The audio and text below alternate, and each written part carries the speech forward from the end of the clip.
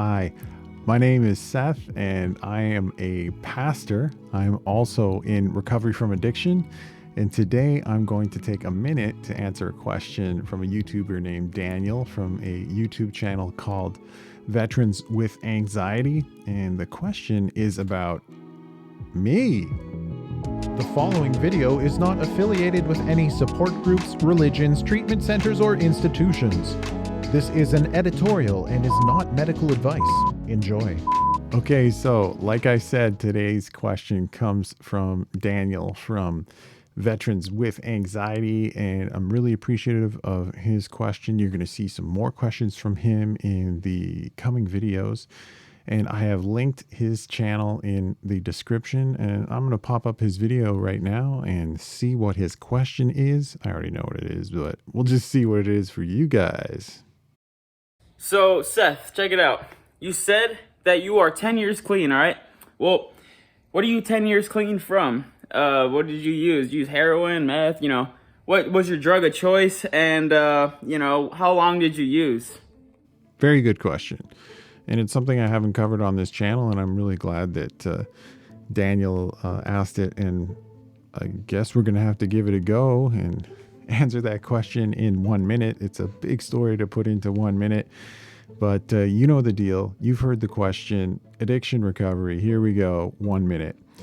So it all started when I was 14 years old, and I've used many different substances over the years.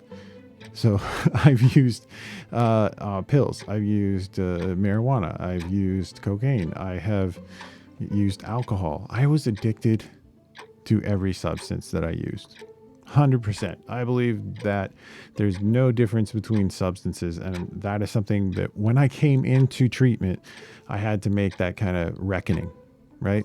And there is a spiritual tie into all of this, because it's about being freed from the things that ail you. And I just found out that things that I could be addicted to, I am ailed by.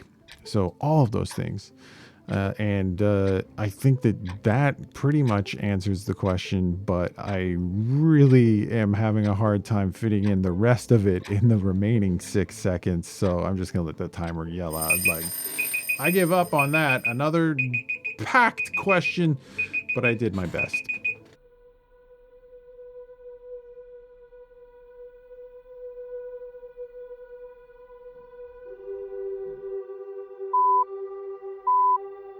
All right, now it's time for me to grade and evaluate what I just said. Let's see where I can start. I don't think it was the best answer. It was scattered, and I kind of ran out on what I was trying to say. So that's just what you do when you try and just answer a question candidly like I do. So let's backtrack and maybe get in some more information about myself. So I'm 10 years clean from all mind or mood altering substances, and I used for 15 years. That's what I can say. I think that was the important distinction that I didn't make. It doesn't matter what I used. It's just that I was using mind or mood altering substances, and I was doing so without the inability to have any type of, control over it. I was out of control. And so when I look at those mind or mood altering substances, I just say that, each of them were mind and mood altering, and I'll put them on an equal plane. Some people might think that there's distinctions in between each substance, but I believe that let's just put them on an even plane. And they all equally affected me negatively, even if some were more potent than the others, or some of them might have been more socially acceptable than the others, but that doesn't matter because it affected me negatively regardless. And I was suffering early on. 3 years in, I was ready to try and quit. So that left me another 12 years of trying to quit. And that's spiritually taxing on me. I was looking for spiritual answers at age 17, right? 3 years in, I was just spent and lying on the ground of my floor and just being like, come on, get me out of this, something, looking for something. So that's what I'm describing. And what I'm describing is the spiritual cost of using. And I think that's a really important thing I didn't talk about. mind or mood altering substances, in my books and in my opinion and in my experience, have a spiritual cost. And I like kind of looking at things about the cost of addiction. So how many years I used doesn't necessarily matter to me, because I was already suffering 3 years in. Now, I can give help to anyone and get help from anyone, I think, regardless of what we used. I think that if I was talking to a gambling addict or someone who was a shopping addict, or, and I've never had an issue with gambling or shopping compulsively, but I think that if I listened to what their life was like and their cost, the spiritual cost that they have, and then compared it to mine, I still think that I would get some value out of that. And I think that that's really important when we think about that there's no lines.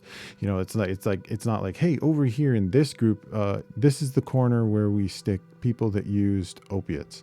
And then over here, people that used speed can go right over here. And people that drink alcohol obsessively and can't stop drinking, that call them alcoholics, we can be over in this corner. And then we've got 18 different corners, and there's no unity. And unity, I think, is important and has been important for me as I've entered into recovery and in my experience and in these last 10 years.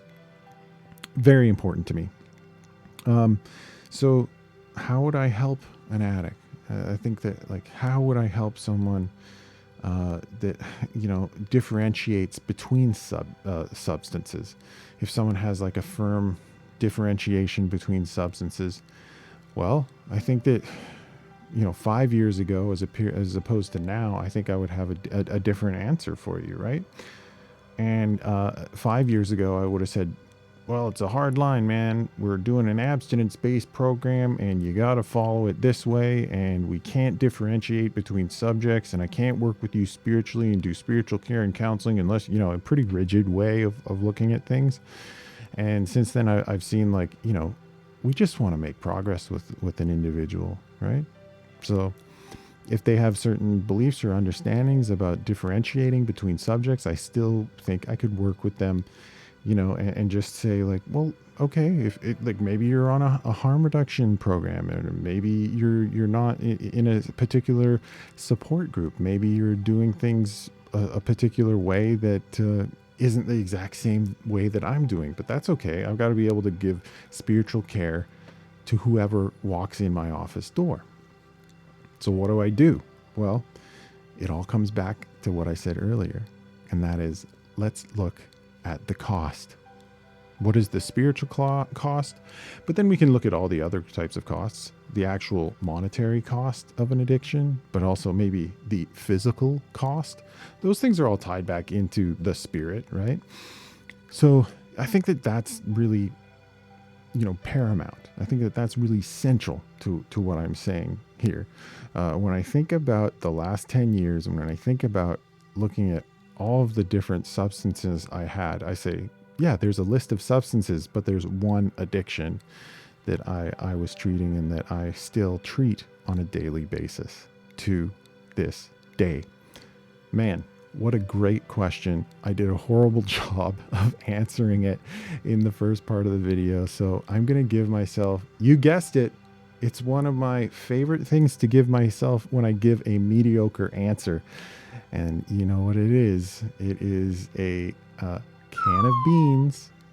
Yep. And you know what goes with it is a unfrozen freezy. One unfrozen freezy, one can of beans, a very mediocre offering that needs some work. You got to put those beans with something else, and you got to throw that freezy into the freezer so that you can have a delicious snack, or else you're just drinking sugar water.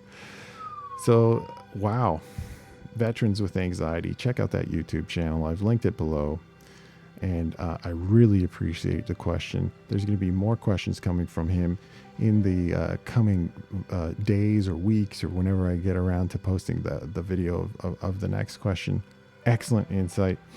And I appreciate it. I appreciate your view too. And I appreciate everything that you guys do when you engage with these videos. Ask a question yourself. Send in a video yourself. I'd love to answer your questions, and I just want to let you know, have a wonderful day until I see you next. And I appreciate your view. Have a wonderful time. And I don't know how to end else other than this. Signing off. No. There's plenty more videos for you to watch linked right here.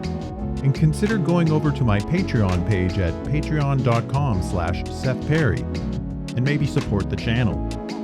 There'll be more videos coming soon. Until then, thank you and have a great day.